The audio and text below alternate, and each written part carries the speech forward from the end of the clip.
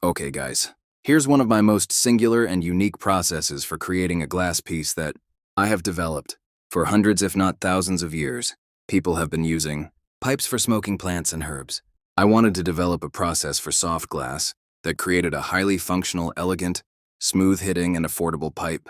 This process starts with a hot blob of recycled purple glass, with a few pieces of Decro and Marini in it.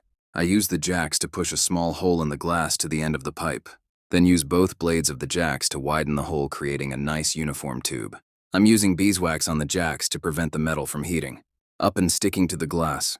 After shaping the blob of glass into this cone shape, I quickly take the piece to the glory hole for a quick reheat. Managing the heat is the key here. Too hot and it will drop to the floor. Too cold, and I won't be able to get the shape that I want. Oftentimes I swing the pipe in a circle to create the force necessary to stretch it out. When the piece is dropped to the appropriate length, I use compressed air to chill it in certain spots. And then I use a custom fabricated set of diamond shares to constrict the neck to create the bowl. Once the bowl hole has been constricted, I'm able to use compressed air to expand the stem of the pipe, enough to ensure a nice size mouthpiece and airflow. I use my diamond shears to cut a line where it will come of the pipe, and in this case, flatten the bottom. The next part of this process is using a hot torch to spot heat and compressed air to blow a carb hole. There are many fine and intricate moves necessary here to keep the shape while the carb hole is being created. Once the piece has been shaped and the carb hole made, it just requires one more quick flash before heading to the finishing station.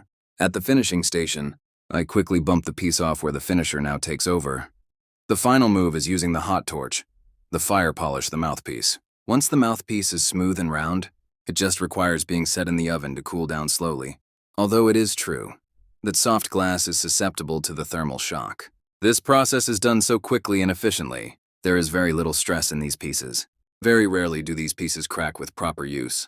It has been my pleasure sharing this process with you, and if you like what you see, please feel free to check out our website specialkglass.net. Special K. Special K. Special K in Eugene, Oregon. We got bombs and pipes with soaring. We get lit. We are born making bonds and wearing Jordans. Special K.